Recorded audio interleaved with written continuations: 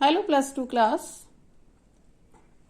ਅੱਜ ਆਪਾਂ ਇਲੈਕਟ੍ਰਿਸਿਟੀ ਦਾ ਮੋਸਟ ਫੰਡਾਮੈਂਟਲ ਲਾਅ ਪੜਨ ਜਾ ਰਹੇ ਹਾਂ, that is Ohm's law.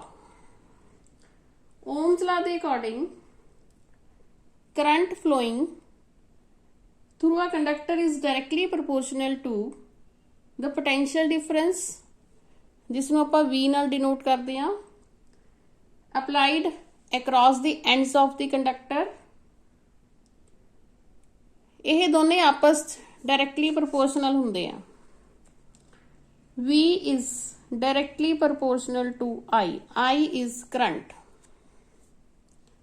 but provided physical conditions of the conductor, physical conditions मतलब temperature, mechanical strain, ਇਹ इस तरह की quantities constant होन, then जिस तरह V वेरी करेगा उस तरह ही I वेरी करेगा।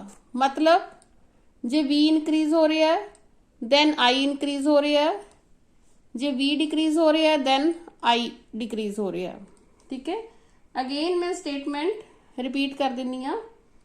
Ohm's law states that the current I flowing through a conductor is directly proportional to the potential difference V applied across the ends of the conductor, provided physical conditions of the conductor are kept constant। तुसी हुण इस नूं ये भी कह सकते हो कि I is directly proportional to V and V is directly proportional to I। इसनों आपां इस तरह भी डिनोट करते हुन्ने आ कि V is equal to R into I। Now what is R? R is resistance of the conductor।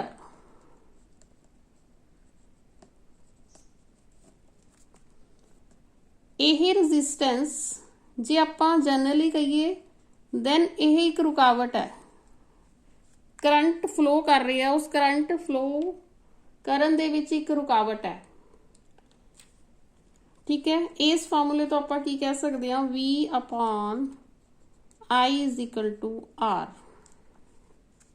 R की है constant है।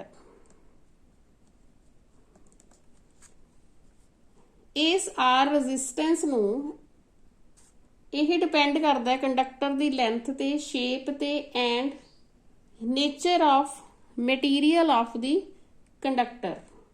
ठीक है, किसी भी कंडक्टर का रजिस्टेंस किस ते डिपेंड करता है?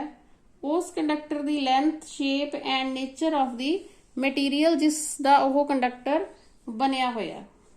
आर कंडक्टर के टैंपरेचर ते भी डिपेंड करता है। इस करके ओम्स लॉ की है, variation of potential difference and conductor. ਆਪਾਂ ਜੇ ਇਸ ਨੂੰ ग्राफ नाल डिनोट करना होवे दैन इस तरह का एक ग्राफ बनेगा। इस साइड ਆਪਾਂ V लवांगे, इस साइड I लवांगे। So this is O origin. इस पॉइंट ਨੂੰ सपोज कर लो A। यह स्ट्रेट लाइन OA की डिनोट कर रही है? Constant slope. ठीक है, मतलब V अपॉन I कांस्टेंट हुंदा। इस तो बाद जे आपां दो कंडक्टर्स की गल करिए, आपां VI ग्राफ लेना है दो कंडक्टर्स का।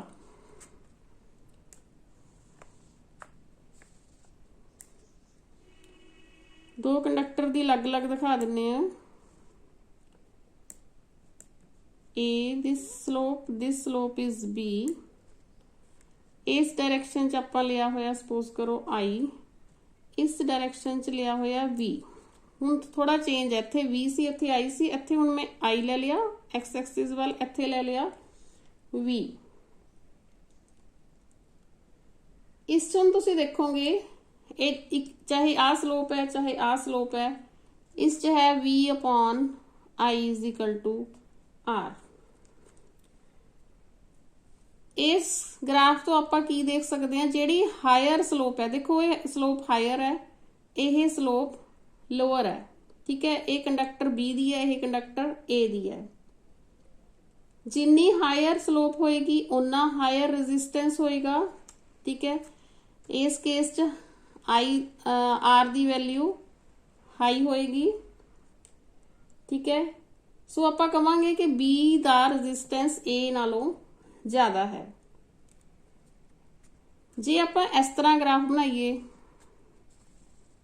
इधर आपां ले लिया V, इधर ले लिया I, then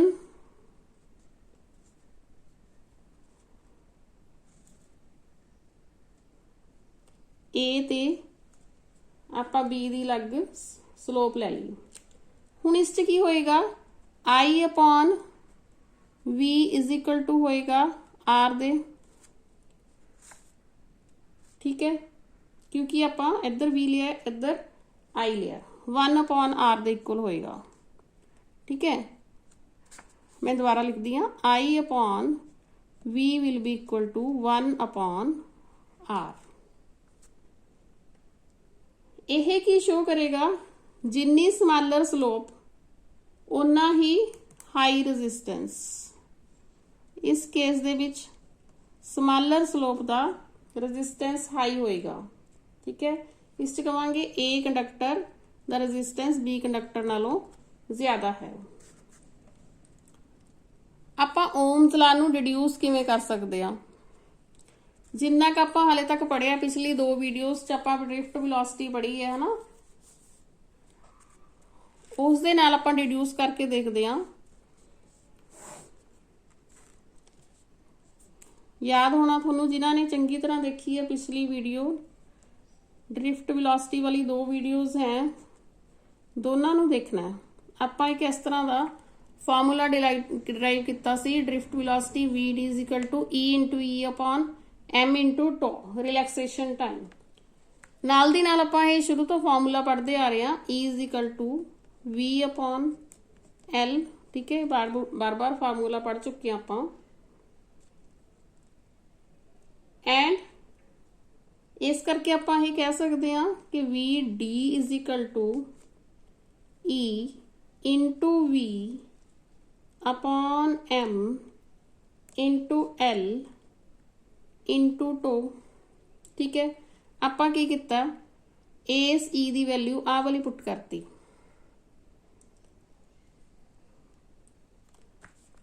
इस तो बाद आपां ये भी फार्मूला इस तो जस्ट पिछली वाली वीडियो च देखिया, करंट ते ड्रिफ्ट वेलोसिटी दा relation, I is equal to A into N into E into V D, ठीक है। हुण आपां इस वी डी दी वैल्यू आ वाली पुट करते हैं। What comes out,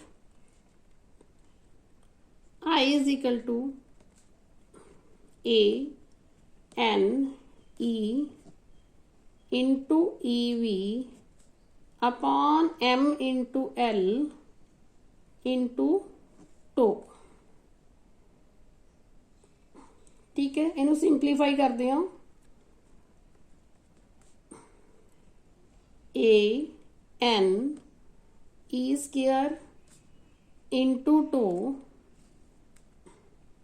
upon M into L into we. आपां थोड़ा जिहा इसनूं रीअरेंज किया है, क्योंकि आपां ओम्स लॉ डिड्यूस करना। इस च वी जिहड़ी टर्म है अलग ले ली, बाकी आपां ब्रैकेट च ले ले। यह सारा जिहड़ा है, यह सारी वैल्यूज कॉन्स्टेंट हुंदी है कंडक्टर दियां। एन एल ए किसी खास टैंपरेचर ते यह सारी जिहड़ी वैल्यूज हुंदी है कॉन्स्टेंट हुंदी है। So we can say this is R, constant है ये। So V upon I is equal to R, ठीक है। इस V नूं इधर ले गए, अपने कोल बन गया formula V upon I is equal to R. यही ओम्स लॉ है, ठीक है। आपां इस ड्रिफ्ट वेलोसिटी वाले फॉर्मूलेस तो यही ओम्स लॉ डिड्यूस कर लिया। हुण इस जिहड़ा इलैक्ट्रिक रजिस्टेंस आर की गल हो रही है, दिस इज इलैक्ट्रिकल रजिस्टेंस।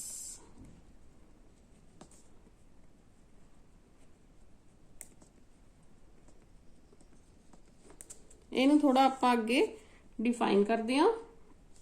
मैं तुहानूं पहलां ही कहा, जिहड़ा इलैक्ट्रिकल रजिस्टेंस हुंदा है, एक रुकावट हुंदी है, ऑबस्ट्रक्शन हुंदी है, जिहड़ी कंडक्टर दिंदा है फ्लो ऑफ इलैक्ट्रिक करंट नूं। कंडक्टर करंट नूं फ्लो करन च जिहड़ी रुकावट पैदा करदा है, ऑबस्ट्रक्शन क्रिएट करदा है, दैट इज इलैक्ट्रिकल रजिस्टेंस। इसनूं आपां इस तरह भी डिफाइन कर सकते हैं कि ratio of potential difference and current flowing through the conductor, ठीक है। सिंपली इस तरह भी आपां इसनूं डिफाइन कर सकते हैं।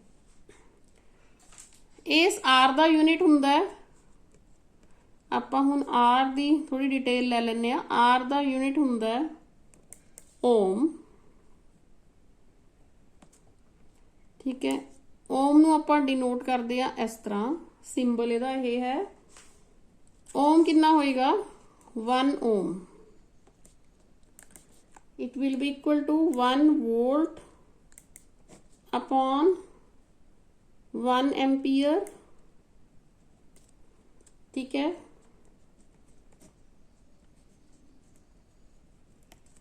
सो जे आपां नूं ओम दी डेफिनेशन डिफाइन करनी होवे, दसनी होवे what is 1 ohm, then you will say 1 ohm is the electrical resistance of a conductor। electrical resistance, resistance है ना ये, of a conductor, conductor दी है, through which current of 1 ampere flows when potential difference of 1 volt is applied across the ends of the conductor, right। 1 ओम की है electrical resistance है of conductor दा, कदों जदों कंडक्टर दे विच 1 एम्पीयर करंट फ्लो करदा है 1 volt potential difference apply करन समय, ठीक है। I repeat, 1 ohm is the electrical resistance of a conductor through which a current of 1 ampere flows when a potential difference of 1 volt is applied across the ends of the conductor। इस resistance का conductor दे विच कोई conductor है, उस च resistance है, उसका reason की हुंदा है? इसका रीजन हुंदा है फ्री इलैक्ट्रॉन्स का आपस च कोलाइड करना। फ्री इलैक्ट्रॉन्स हैं आपस च कोलाइड कर रहे हैं, ठीक है। मतलब जिवें सॉलिड दे विच इलैक्ट्रॉन्स कोलाइड्स कर रहे हैं, ठीक है, या आयन्स या एटम्स कोलाइड कर रहे हैं आपस च। कोलाइड कदों करते हैं? क्योंकि ये पॉजिटिव एंड वाल जाने की कोशिश कर रहे होंगे हैं, ठीक है। इस करके आपां कह दिंदे आ कि जिहड़ा रेजिस्टेंस है वो नेचर ऑफ मैटीरियल ते कंडक्टर दा किस मैटीरियल दा, सिल्वर दा बनिया होया, कॉपर दा बनिया होया, इस ते डिपेंड करता है। And as well length and area of cross section ते भी डिपेंड करता है। रेजिस्टेंस नूं आपां डिनोट किवें करदे आ?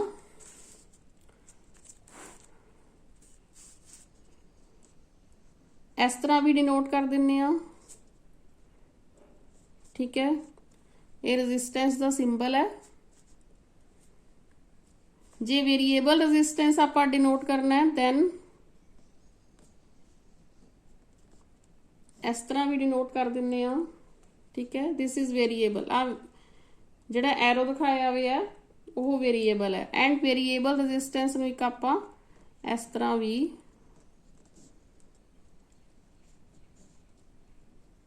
तुसी सर्किट डायग्राम च इस तरह का भी देखोगे, रेजिस्टेंस का वेरीएबल रेजिस्टेंस का सिंबल। रेजिस्टोर्स भी कह दिंदे आ इन्हां नूं, ठीक है। हुण आपां थोड़ी होर डिटेल जाने, आपां कह रहे हैं कि length and area of cross section इन्हां ते डिपेंड करता है, ठीक है। ਇਹਦੇ ਵਿੱਚੋਂ ਆਪਾਂ रेजिस्टेंस किहदे डिपेंड करता है, सब तो पहला आपां कहने हैं लेंथ, ठीक है। आपां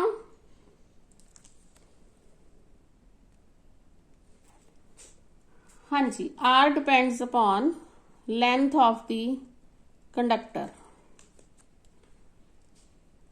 resistance of the conductor increases due to increase in its length. Conductor की लेंथ इंक्रीज हो जाएगी, रेजिस्टेंस भी इंक्रीज होएगा। ਇਹਦਾ एक्चुअली रीजन की है, देखो इलैक्ट्रॉन्स ਨੂੰ ਜ਼ਿਆਦਾ ਲੌਂਗਰ डिस्टेंस ट्रैवल करनी पएगी, ਜ਼ਿਆਦਾ ਲੌਂਗਰ डिस्टेंस ट्रैवल करनी पएगी, मतलब ਉਸ ਨੂੰ ਜ਼ਿਆਦਾ ਨੰਬਰ ਆਫ ਕੋਲਿਜ਼ਨਸ फेस करने पैणगे, ठीक है ना। बड़ा सिंपल जी गल है। और रेजिस्टेंस डिपेंड करता है एरिया ऑफ क्रॉस सैक्शन ते इनवर्सली प्रोपोर्शनल।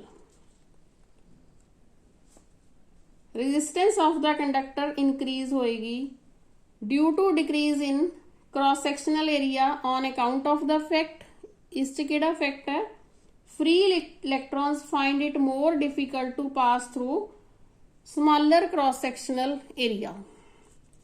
अपने कोल कंडक्टर है, कोई लेंथ वधी जा रही है, नंबर ऑफ कोलिजन वधी जा रहे हैं, एरिया ऑफ क्रॉस सैक्शन वधी जा रहा है, इलैक्ट्रॉन नू ज़्यादा खुली स्पेस मिली जा रही है, कोलिजन घट हुई जा रहे हैं, ठीक है। आह जिहड़ा एरिया है, सारा एरिया है, यह इनक्रीज हो गया, तो उन्होंने खुली जगह मिल गई इलैक्ट्रॉन्स नू विदाउट कोलिजन ट्रैवल करन लई। सो आपां कह सकते हैं कि आर डायरैक्टली प्रोपोर्शनल हुंदा है एल अपॉन ए दी। हुण इस च आपां एक कॉन्सटेंट लगावांगे, यह डायरैक्टली प्रोपोर्शनल हटाउण लई, that will be rho, rho into L upon A. इस रो नूं कहने हैं स्पैसिफिक रेजिस्टेंस,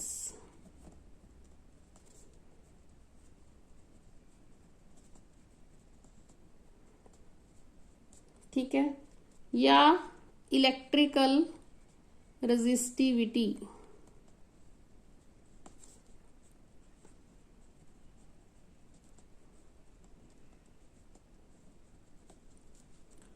दिस इज रो। जे रो नू डिफाइन करना होवे दैन आपां कवांगे, सपोज करो एल 1 यूनिट है, 1 मीटर या 1 सेंटीमीटर, एरिया भी 1 यूनिट है, 1 सेंटीमीटर स्क्वायर या 1 मिलीमीटर स्क्वायर। जे यह दोनों क्वांटिटीज 1 है then R will be equal to rho, ठीक है। हुण इत्थों आपां डेफिनेशन बना लैंदे आ। स्पैसिफिक रेजिस्टेंस और electrical resistivity of the material of a conductor is defined as the resistance of a unit length with unit area of cross section of the material of the conductor, and it is also defined as the resistance of unit cube of a material of the given conductor। unit cube मतलब ਉਹਦੀ length breadth height सब 1 1 1 है, area भी length भी सब 1 है, ठीक है। This is unit cube.